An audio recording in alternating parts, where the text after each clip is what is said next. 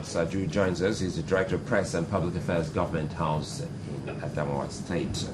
Well, yesterday we started off with this controversy on some loan and some other developments in Adamawa State by some concerned people in the state. They said government has been taking loans left, right and center to the extent that, well, it's now in the red. You can't even borrow anymore. Well, let me start by saying that we, as a government, we appreciate the fact that Adamawa is a very diverse state with about 87 ethnic groups and the two religions almost on equal footings, with a land area of over 300 square kilometers. You know, Adamawa is could give this diverse views on every issue. No matter how you put it, there are views that are diverse, and we appreciate this diversity because we find it very interesting. You know, but sometimes in this country, we do not speak based on facts. People sit down and just take decisions and say things without necessarily, you know, looking for the facts. The only body that determines whether a component of this country is credit worthy to pick a loan or not is the DMO in Abuja. And even when you want to pick a loan, any loan for that matter, you process your papers through the DMO, because if you are taking a loan from an external body, there is a diplomatic dimension to the whole thing. And because component units of the country, states, do not have you know, foreign relations. Exactly. You go through the DMO. So it's not that, you know, Adamawa State just wakes up one early morning and says, look, we want to pick a loan. No. What happens is we may desire a loan. We will go through the DMO. They would DMO. They would process, look at our credibility, credit rating, and then give us the go-ahead. Now, we're talking about a loan from the Islamic Development Bank. We're not the first. The first state, 3 states to collect Islamic Development Bank loan in Nigeria, 2007, were Anambra, Gombe, I think, and Niger. You know, between them, they shared about, $300 million, you know. And then the Obasanjo Foundation, the London office, entered into a development agreement with the IDC, the Islamic Development Bank, to assist in the development of certain sectors. Then the Vice President, Namadi Sambo, you know, had a meeting with the IDC in Saudi Arabia when he went for, I think, Lesser Hajj or something. And they agreed that about $450 or so million will be given to Nigeria to develop the power sector. So the loans from... That's the IDB. The IDB, yes. Okay, that's the IDB. Okay. Now, the Islamic Development Bank, too, has been, you know, assisting in development in several states. So in our own case, we're picking a loan of $7.5 million US dollars, and it will be paid back in 40 years with a moratorium of 10 years and at an interest rate, I think, of 0.75%. These papers have been processed through the DMO in Abuja, and they've been certified as okay, and we've been allowed to pick it. So anybody... $7.5 million, and now that will be how much? In Naira?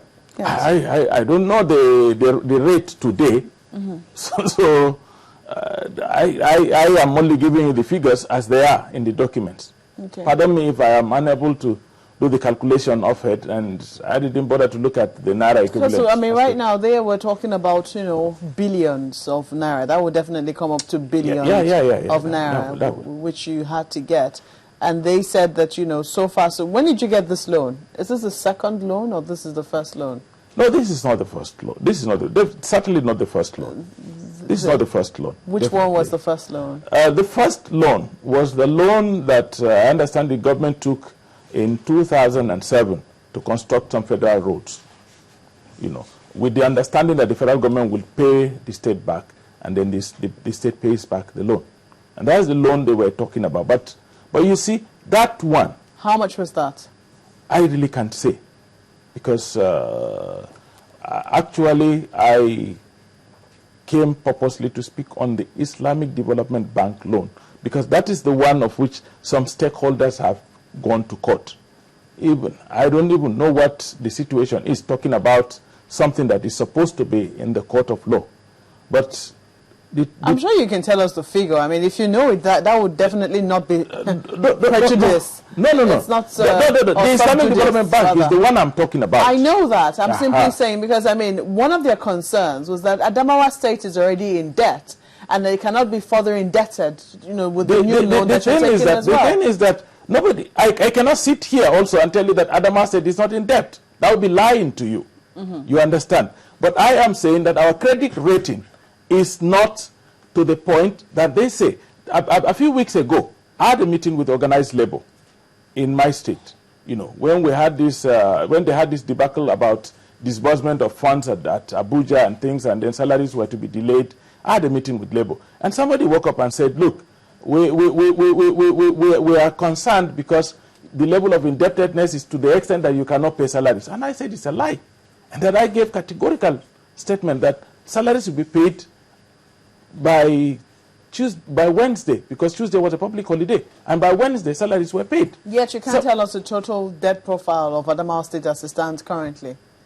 No, I cannot. And I cannot. We have a debt management office. They are the ones that are responsible for the details of the debts of Adamawa State.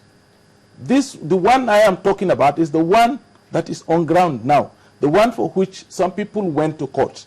That's the one I'm concerned with. That's about $3.7 billion naira, right? Naira. Well, if you calculate correctly.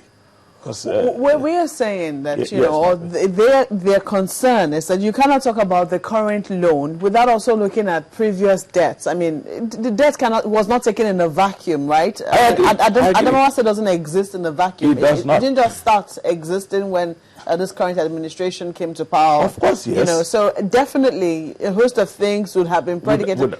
It will be difficult to believe, especially when you're owing workers' salary. Yeah.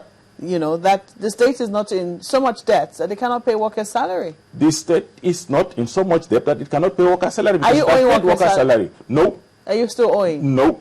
So you're not saying one person. As of today, as it stands in Adamawa State, not one person. Did you owe in the past? No.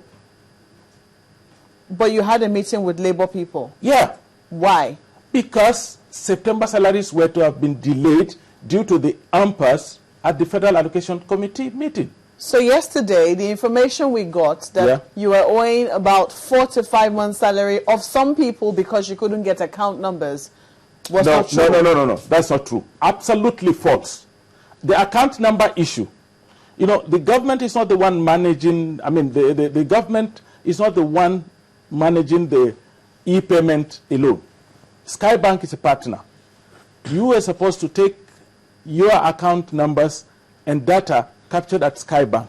We take the entire salary to the Skybank. Skybank distributes to the account numbers of different workers. When I had a meeting with labor leaders, we trashed this out. We discussed this out.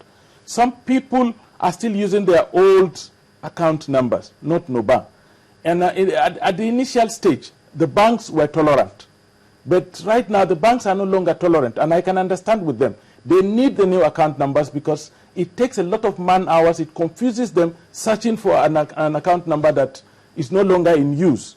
So you were saying... So nobody is owed salary. The people who had the problems with their old account numbers have sorted themselves out. We're sorting it out through discussion. That's why I said I had a meeting with Labour. Go and sort it out with stakeholder discussion. It's not a matter of... I don't know that Labour would just come and have a meeting with you if you're not owing their workers.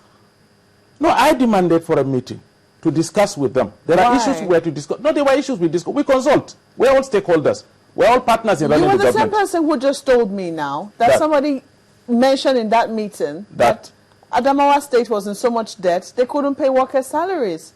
But that is a lie. I am telling you that I was there. I was the one that had the meeting. I know. What I'm saying is, what informed that person's perspective? I mean, was it because some people were being owed? People say a lot of things. Don't forget, Mape, in the Senate of the Federal Republic, somebody stood up and moved a motion that they should commend Senegal for electing a Christian, being a Muslim country, only for them the next day to say, oh, they've discovered that the man elected is actually, after all, not a Christian. There are things we say in this country without clarification. People just say things without seeking for clarification. Somebody cannot... I said, when there was a delay, not only Labour, we tried to explain to all our stakeholders. If governance is not a cult thing, you need to explain to people what is going on. There is a delay. People are saying all manner of things. And I said, look, as stakeholders, let me tell you the truth. This is the cause of the delay. It will be cleared on Monday. And by the grace of God, it was cleared on Monday. Okay, so there was just a delay for the month of September. Yeah, it was a delay of about a week or so. Okay, you talked about a loan from the Islamic Development Bank. Yeah. Is there any other loan that the Adamawa state government is going for? Going for, no, for now, no. What about a loan from the capital?